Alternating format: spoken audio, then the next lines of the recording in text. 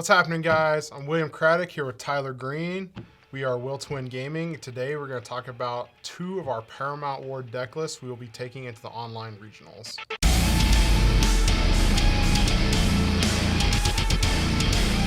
Alright guys, so starting off, he's going to play Kinemon. I'm going to play Smoker. I'm picking Smoker mainly as a meta choice. I think Whitebeard and Kinemon are going to be kind of the big decks early on. People like to play red, people like to play green. And Smoker has a lot of board control to kind of combat that. Mainly the Akainu or Sakazuki. Sorry, I forgot his name. 6-drop, 7k, kill something. He's like King, but better. Otherwise, I think the deck's pretty standard. Just got a lot of things to kill. Murdering things is always fun. Murdering things is always fun. We got Kobe, not that Kobe. The pink-haired Kobe. Colby? Is it Colby or Kobe? I don't watch part of the Caribbean, so I don't know. All right, I think it's Colby. We got Kakuzan, everyone's favorite ice fruit dude. Have you seen him? You seen what he does? Yeah, he makes ice cream. He makes ice cream? Okay, kind of. Cost 10, comes into play, kills something. There's a theme here. But mainly, I'm looking at Smoker as an anti-meta call, just because there's going to be a lot of dudes, a lot of like Sunnies and Zoros and the kind of crap I don't like to play. So much Zoro. Why do people love that deck so much? It gets so many more tools, and it is the best deck if you're bad, and it is a great choice if you're good. But there's no in between. You have to be good or bad. If you're like a medium player, you don't want to play Zoro. No. You want to play something like Smoker, like I'm doing. Zoro just goes so fast. It's so many tools. It's really annoying. Yeah. Granted, what we've seen, though, is Japan, Asia, they have their own thing going. Absolutely. And because they said after OPO1 that Law is the best deck. Yes. And America, or at least non-Asia, has said Kid is the best deck. Yeah. It's not close by far. Yeah. Yeah, jeez.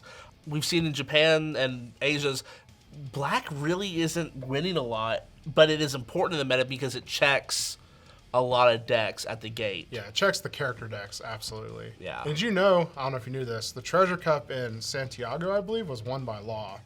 So it seems like only in America do we think Law is trash. I mean, So what do you think you're going to play in Paramount War? I really enjoy green. Yep. Green is my favorite color. It's my last name. It's I what like you green. won the tournament with, the It Treasure is. Cup in Dallas. I did, yes. Yes, Kid. I don't really watch the show, but Kid's my favorite player. It's my favorite just character. The Kinemon, though, being able to make things cost less, I think is really, really important. Absolutely. Very good. Being a turn ahead, back-breaking in this kind of card game where one mistake can cost you the entire game. Yes, This game is unforgiving. I feel like if you're taking the draw with Kinemon, you're basically on the play because of his leader ability, but you get the extra card. Correct. So it's a double dip. Me personally, and I have to do some more testing, and you'll see that on the channel. We plan on doing a lot of in-depth testing with commentary, really thoughtful analysis for next level play. You see a lot of hybrids coming from Japan. I don't like to run a lot of hybrid stuff. The first thing I'm going to be testing is just a pure land of Wano package where it is just land of Wano. I love 4 ofs, then cut it back into 3. That's kind of like how my play style is I see as much as possible, and then I start trimming from there. Make it consistent and shave the fat, Correct. basically. Yeah. Correct. And so green gets a lot of fun stuff. I'll just start with the super. Odin, 8-drop, 8k. Insane. Best card in the set, in my opinion. So great. Being able to just restand it, and then when it dies, it says Search Okiku. It doesn't actually say Search It Okiku, basically but says Search it says Okiku. Search Yeah. Okiku. When it dies, you just grab something that costs 3 or less. It's so great. I think that is the only card for green that seriously checks black. I think black would destroy green, except for that one card is just so good. Because even if they kill it, you just get a free guy. Yeah. It's card advantage. It ends the game. It just does everything. It only costs 7 with your leader ability. And the thing I also like about green, because I don't know if you've seen the Yamato card. Which bonkers. there's like 6 of them. Which one are you talking about? Well, it also says Odin. No, the new one. It's the 6k one. It's 4-drop 6k, and it says tap something that costs 6 or less. So it's Nico Mamushi on Super Crack. Yes, that is really good. Being able to just say, play this, tap, and then murder it, or attack with all my guys, that card is so good. It also says it's Odin, which brings into the other card that I'm excited about in the next set, which is a new, basically, beige. It's just a 1-drop Wano blocker that says it has block. It can block if you have a Odin. So if you play the new Yamato, you play Odin, and then the Secret Rare Yamato from set 1, which is busted. Comes out on turn 2.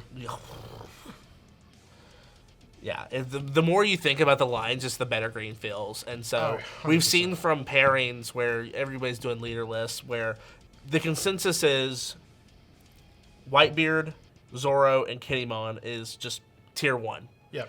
Obviously, take that with a grain of salt. It's just there's so many good things that green gets, and then you have so many other options that if you don't like that Land of Wano and you want to play like a hybrid, you can do that. You can still play those and still play Kid, but I think Kinemon is great. It's new, it's fun, it's fresh.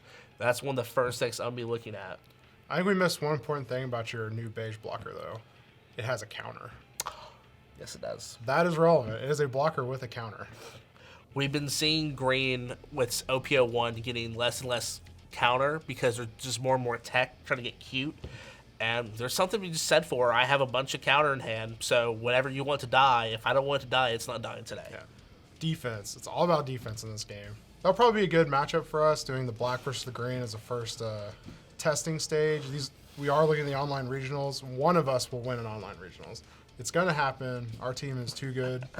Okay, maybe not that good, but come on, this man won a Treasure Cup. He can win an online regionals. Let's go. If I signed up for any of them. One. All right, Bandai, get this man in. The other deck that is going to be big is Whitebeard. Whitebeard. I hate that deck. If I was a betting man, Whitebeard wins 80% of the events in some sort of time. I don't know the timeline. I don't know if it's immediately or it's in general, but I feel like it's going to be Whitebeard is the new kid. You heard it here first.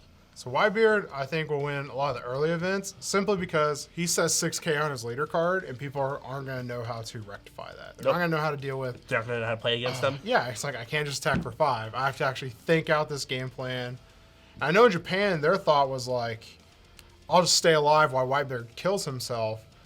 But seeing some of those matchups, it doesn't go that way. Whitebeard just kills you before that happens. 6K on a leader, and then I believe the best way to play him, Stagebeard, +2 to all your dudes, and your leader just off that stage is so good.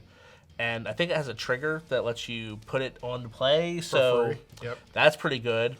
And like Whitebeard doesn't kill himself, he goes to 0. So especially if they don't have any Sneaky Snake, little red, super rare Luffy's or Diablo Jambes, if you're not playing red and they can't rush in and just murder you, as long as you got that counter in hand, like you're not dead and all your guys are hitting unreasonably hard. Absolutely. I think we will find a counter to Whitebeard, and that's how we'll take down a tournament. So I agree with you. I think the deck will be insane, especially at the start. Yeah. And I think finding a counter to Whitebeard. It's King. Mono purple King. If someone wins with King, no. Congratulations. No, I want to shake that person's hand. Yeah. It's horrible. Don't do that to your self. King doesn't even work on Whitebeard. He's still a 6K, right? It only does characters. King's bad. Sorry, guys. So bad. Kaido may be a dark horse, but King, don't try it at home. I think that playing correctly against Whitebeard is going to be key to any success at OPO2. I don't care what you're doing, if it's just a mirror matches all day, or if you're playing Smoker, you're playing Kinemon, you're playing Zoro, Ivankov. That, funny enough, that deck's too hard. It is hard. I can't. If you are a blue player and you are winning, my hat off to you. You are a very smart person. You're smarter than I am. That's too much thinking. We've seen, though, in Japan, which take everything they should in a grain of salt. Yeah, absolutely. Ivankov is a 50-50, if not even a 55-45 over the average White. I think so. It has the tools to do it. The only problem is just the skill ceiling on that deck is so high. And I feel like if you are that good of a Ivankov player, you should just be playing green. That's there with blue. If you are so good with blue, which once again hat off with you OPO1, why not just win the tournament with a better deck? Yeah, I mean I love the Dofi players, and I'm like, but you guys are just killing yourselves. Yeah. Like if you're playing Kid, you'd be in the top 16 instead of scrape. No hate, I love y'all. Yeah. Shout outs to Ashby. He's a Dofi player from Tulsa. There was a Dofi player I was playing round 3. He was 2-0 and it was fully blinged out. It terrifies me to see a fully blinged out blue player because either you're rich or you're good with the deck and you want to play with it and show it off, and that just scares me. I mean, yellow, I guess. You can be rich and good. Okay. Looking at you, Kyle. This is like $17,000 Luffy deck. Oh my god, I didn't want to shuffle that deck at all. It was so terrifying. I would just riffle. It was single sleeved.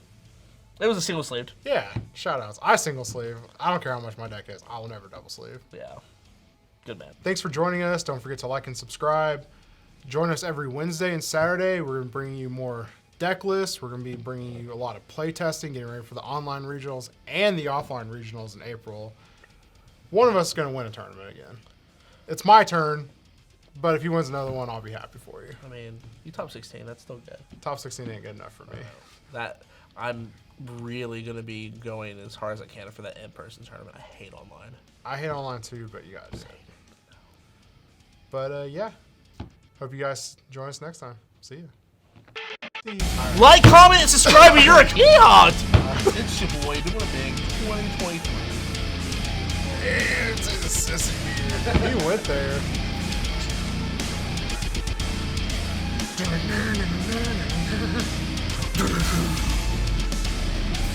Actually, I don't know what I'm talking about, but I haven't liked even laid back out. Play Stage Beard if you want to win. You're welcome. Roll credits. But a bunch of Americans going, yeah! But